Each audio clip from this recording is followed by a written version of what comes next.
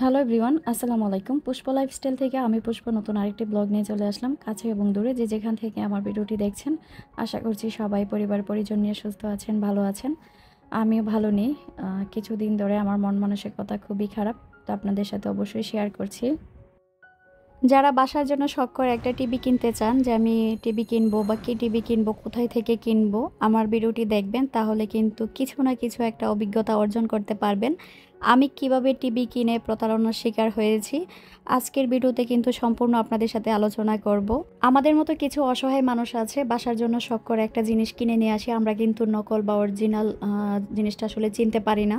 কিন্তু কিছু অসৎ ব্যবসায়ী আছে যারা তাদের ব্যবসার জন্য অসৎ পথে ব্যবসা করছে আর আমাদের মতো সাধারণ মানুষকে ঠকাচ্ছে। টিভি নিয়ে বিপদে পড়ার পর কিন্তু এক ইউটিউবার আপুর সাহায্য চেয়েছিলাম, তো ওনার সাথে দেখাও করেছি। উনি কী ধরনের ব্যবহার করেছে তা কিন্তু অবশ্যই আপনাদের সাথে ভিডিও শেষে আলাপ করব। আমরা যখন বাসার জন্য কোনো জিনিস জুড়াই, ছোট হোক বা বড় হোক, এটা কিন্তু খুবই শখের হয়ে থাকে। আর এই শখের জিনিসটা যদি কিনে প্রতারিত হই বা এটা যদি নকল হয়, তখন কিন্তু আসলে মানুষের উপর থেকে আস্থাটা উঠে যায়। আমি এই টিভিটা কিনেছিলাম 2023 সালের মার্চে। তো আমাকে এটা যখন বিক্রি করেছিল, ওনারা আমাকে 5 বছরের গ্যারান্টি, মানে সার্ভিস, তারপর 2 বছরের প্যানেল, এগুলা বলে বিক্রি করেছে। তো আজকে আমি 1.5 বছর হওয়ার মধ্যেই টিভিটা দেখলাম। আমি কিন্তু কিছুদিন আগে একটা ভিডিওতে বলেছিলাম যে আমার টিভির নিচের এই জায়গাটা একটু কালো কালো দেখাচ্ছে। গত 1 সপ্তাহ আগে দেখি আমার টিভিটার মধ্যে ডাবল পিকচার দিচ্ছে।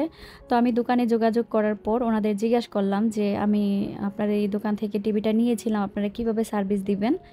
তো ওনারা আমাকে বলে যে আপনি গ্যারান্টি কার্ড দেখান। ওনারা বিক্রির সময় যে কাগজপত্র আমাকে দিয়েছে, সব কাগজপত্র দিয়ে আমার কাছে আছে, এবং এই টিভিটা কিনতে আমার প্রায় 1 লক্ষ টাকা খরচ হয়েছে। এটা একটা সনি ব্রাভিয়া টিভি। এখন এটা কোনোভাবেই ওনারা দায় নিচ্ছে না। 1 লক্ষ টাকা দিয়ে একটা টিভি কিনে যদি 1 বছর চালাতে না চালাতে টিভিটার মধ্যে প্যানেলের সমস্যা হয় বা ডিসপ্লেতে সমস্যা হয়, তাহলে কিন্তু অবশ্যই দোকানের বার নিতে হবে। আর আমি কাগজপত্র দিয়ে আমার যে আপুর মাধ্যমে গিয়েছিলাম, ইউটিউবার আপুর মাধ্যমে, ওনার বসের সাথে দেখিয়েছি।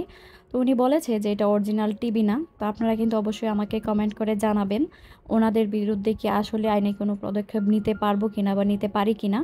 আমার খুবই ইচ্ছা যে আমি যেভাবে প্রতারিত হয়েছি, আমি ভোক্তা অধিদপ্তরে ওদের নামে মামলা করব। ওখানে আমি দেখব ওনারা কেন আমাদের সাথে এরকম করেছে। আমি যেরকম প্রতারণার শিকার হয়েছি, আমি চাই না আর 10টা মানুষ এরকম প্রতারণার শিকার হোক। আমি টিভিটা নিয়েছিলাম বঙ্গবন্ধু স্টেডিয়াম মার্কেট থেকে। আপনারা ওইখানে কোনো দিন টিভি কিনতে যাবেন না। আর সবাই যে খারাপ তাও না, যদিও কিনতে যান তাহলে অবশ্যই আপনাদের যাচাই করে টিভির গ্যারান্টি কার্ড দেখে তারপর টিভি নেবেন। ওখান থেকে কোনো দিন কাগজের উপর ভিত্তি করে টিভি কিনে আনবেন না। যদি ওরা আপনাদেরকে গ্যারান্টি কাগজ দিতে পারে, তাহলে এখান থেকে টিভি কিনবেন। আমি কিন্তু অনেক বড় ঠকে গিয়েছি। খুব শখ করে টিভিটা এনেছিলাম। এই অসভ্য ব্যবসায়ীরা কিন্তু কি করে জানেন, ভিতরের যে অরিজিনাল পার্টসগুলো আছে এগুলো খুলে ভিতরে ডুপ্লিকেট পার্টস দিয়ে দেয়। তা আমরা যখন টিভি কিনি সাধারণ মানুষ, আমরা কিন্তু আসলে পার্টস সম্পর্কে এত কিছু বুঝি না। টিভি যখন সুন্দর চলতেছে বা আমরা একটা ব্র্যান্ডের দোকান থেকে, সনি ব্র্যান্ড এত বড় নাম, তো ব্র্যান্ডের টিভি কিনেছি, তো এটার ভিতরে যে আসলে সব কিছু নকল, সেটা তো আর আমাদের বোঝার কোনো ক্ষমতা নেই। তো ওরা কিন্তু আমাদের সেই অসহায়তের সুযোগ নিয়ে আমাদের সাথে এরকম 2 নাম্বারই ব্যবসা করতেছে। তো আমার মনে হয় এই ধরনের ব্যবসায়ীদের পুলিশে দেওয়া দরকার। আমি যাব, আমি জানি না কতটুক আমি ওদেরকে শাস্তি দিতে পারবো, কিন্তু আমার পক্ষ থেকে যতটুকু সম্ভব, ওরা যেরকম আমাদের সাথে প্রতারণা করেছে, আমি তাদেরকে শাস্তি দিবার চেষ্টা করব। কিছুদিন ধরে মন মানসিকতা এত বেশি খারাপ, কি বলবো, সারাক্ষণ শুধু টেনশনের উপর দিয়ে যাচ্ছি। এই ভিডিওটা কিন্তু আমার গতকালকে আপলোড করার কথা ছিল, কিন্তু ব্যস্ততার কারণে আর করতে পারিনি। আর মন ভালো না থাকলে কিন্তু আসলে কিছু করা যায় না। গত 2 দিন ধরে কিন্তু কোনো আপুদের ভিডিও দেখতে পারছি না। মনের উপরে কিন্তু আসলে চাপ দিয়ে কোনো কিছুই চলে না। মন যদি ভালো থাকে, দেখবেন যে আপনার সব কিছুই ভালো আছে, শরীরও ভালো আছে। মন খারাপ হলে কোনো কিছুই ভালো লাগে না। আর আমার হাজব্যান্ড যদি দেশে থাকতো, তাহলে আমি হয়তো টেনশনটা কম করতাম। কিন্তু আমার কাছে বারবার শুধু একটা কথাই মনে হয় যে কেন আমাকে এরকম একটা পরিস্থিতির মধ্যে পড়তে হয়েছে। আমি এত কিছু বলে ওরা আমার কাছে টিভিটা বিক্রি করলো। ওরা 2 নাম্বারই না করলেও পারতো। ওদের কাছে যদি আমি ফোন করি, ওরা আমাকে একটা কথাই বলে, টিভি খুলে নিয়ে আসেন, আমরা দেখব কি হয়েছে, যদি সার্ভিস দিতে হয় দিব, আর যদি প্যানেলের বা ভিতরে কোনো পার্টসের সমস্যা হয় সেটা আপনাকে দেখতে হবে। আমার কেন মানে ২ বছর পার হতে না হতেই এটার ভিতরে কোনো পার্টসের সমস্যা হয়েছে কিনা সেটা আমার দেখতে হবে। ওরা তো আমাকে বলে বিক্রি করেছে যে ২ বছরের ভিতরে কোনো সমস্যা হলে ওরা মানে সম্পূর্ণ দায় নিবে। এখন ওটারা এড়িয়ে চলতেছে। তো আমি কালকে আগামীকালকে দোকানের যে মালিক ওনার সাথে ফাইনালি কথা বলব। উনি যদি এটার দায়ভার না নেয় তাহলে আমি ভোক্তা অধিদপ্তরে মামলা করব। আমার আর কিছু করার নেই। বাচ্চারা তো বোঝেনি, বাসার ভিতরে টিভি না থাকলে পড়ালেখা করুক আর যাই করুক, মাঝে মধ্যে টিভি দেখে সময়টা পার করে, ওরাও খুব বোরিং ফিল করছে। তো মনটা এত বেশি খারাপ, কারো ভিডিও দেখছি না, নিজেও যে ভিডিও ছাড়বো ওরকম মন মানসিকতাও পাচ্ছি না। সব কিছু মিলিয়ে খুব বাজে একটা অবস্থার মধ্যে দিয়ে যাচ্ছি। বিপদ যখন আসে আমার মনে হয় চারদিক থেকে আসে। কিছুদিন ধরে একটার পর একটা বিপদ লেগেই আছে। হয়তো বা আল্লাহ আমাকে বিপদ দিয়ে পরীক্ষা করছে। আমি কিন্তু মাঝে মধ্যে খুবই অধৈর্য হয়ে যাচ্ছি। সবাই আমাদের জন্য দোয়া করবেন। আর এই সমস্যা থেকে সমাধান পাওয়ার জন্য কিন্তু আমি বলেছিলাম এক ইউটিউবার আপুর কাছে গিয়েছিলাম। আপনারা কিন্তু সবাই ওনাকে চিনেন, সবার খুব পছন্দের, আমারও খুব পছন্দের একজন আপু, স্মাইল উইথ সুরভি আপু। তো সুরভি আপু যে চাকরিতে নতুন জয়েন করেছে আপনারা তো সবাই জানেন, উনি কিন্তু সনি স্মার্টে আছেন। তো ওনার সাথে আমি কন্ট্যাক্ট করেছি। তো আপু বলেছে যে আপু চলে আসেন আমাদের অফিসে, আমরা সামনাসামনি কথা বলবো। তো গতকালকে কিন্তু আমি আপুর সাথে দেখা করেছি। আপু কিন্তু ওনার পক্ষ থেকে যতটুকু সম্ভব আমাকে হেল্প করার উনি চেষ্টা করেছে। ওনার যে বস ওনার সাথেও আমাকে আলাপ করে দিয়েছেন। তো বসে আমাকে একটা কথাই বলেছে, ওই ভাইয়া আমাকে খুব সুন্দর করে কথাগুলো বুঝিয়ে দিয়েছে যে ওইখানে যারা ব্যবসা করে ওনারা আসলে এক নাম্বার জিনিসগুলো বিক্রি করে না, ভিতরের যে পার্টসগুলো আছে সেগুলো খুলে ওরা ২ নাম্বার পার্টস দিয়ে দেয়। এখন আপনি পারেন যদি ভোক্তা অধিদপ্তরে যান ওদের কাছে, মানে ওদের নামে মামলা করতে পারেন। তো ওনার পক্ষ থেকে যতটুকু সম্ভব আমাকে সাহায্য করার চেষ্টা করেছেন।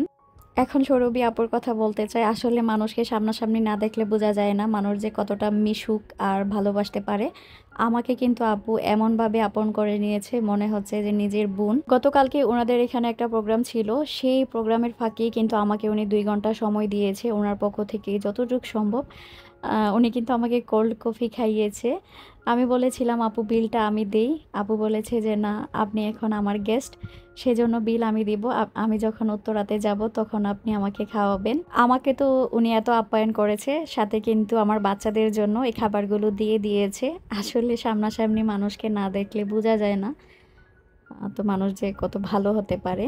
জানি না আপু আমার ভিডিওটা দেখবেন কি না। আর আপুর পাঠানো এই খাবারগুলো মানে দিয়ে দিয়েছে যে খাবারগুলো এত মজা, আমার বাচ্চারা কিন্তু খুব মজা করে মাঠাটা খেয়েছে। আয়েশা মনে কিন্তু খাবারটা খেয়েই বলছে যে খুব ভালো লেগেছে। ও কিন্তু আসলে অন্য খাবার খায় না, এত মানসম্মত খাবার। আমরা যখন দুধ কিনি তখন কিন্তু ওই দুধের কেজি ১০০ টাকা করে হয়, তো ওনাদের দুধের কেজিগুলো ১১০ টাকা করে ছিল। তো বেশি করে যদি দুধ পেতাম আমি হয়তো বা কিনে নিয়ে আসতাম। পরে কিন্তু আমি দুধটা জাল করে আমার বাচ্চাদেরকে দিয়েছি, অনেক টেস্টি ছিল। আমি যেহেতু পরে বয়স দিচ্ছি সেই জন্য কিন্তু বলতে পারলাম। আপুর কাছ থেকে গতকালকে দেখা করে আসার পর থেকে কিন্তু আমার শরীরটা খুবই খারাপ হয়ে গেছে। মানে আমি তো সারাদিন দূরের উপরে থাকি, তারপর আবার স্কুল থেকে এসে আমি মিরপুর গিয়েছি। আর কেন জানি আমার মেট্রোতে উঠলেই শরীরটা একটু খারাপ খারাপ লাগে, মাথা ঘোরায়। ভিডিওর মাধ্যমে কিন্তু নিজের ভালো লাগা খারাপ লাগা সব কিছুই আপনাদের সাথে শেয়ার করেছি।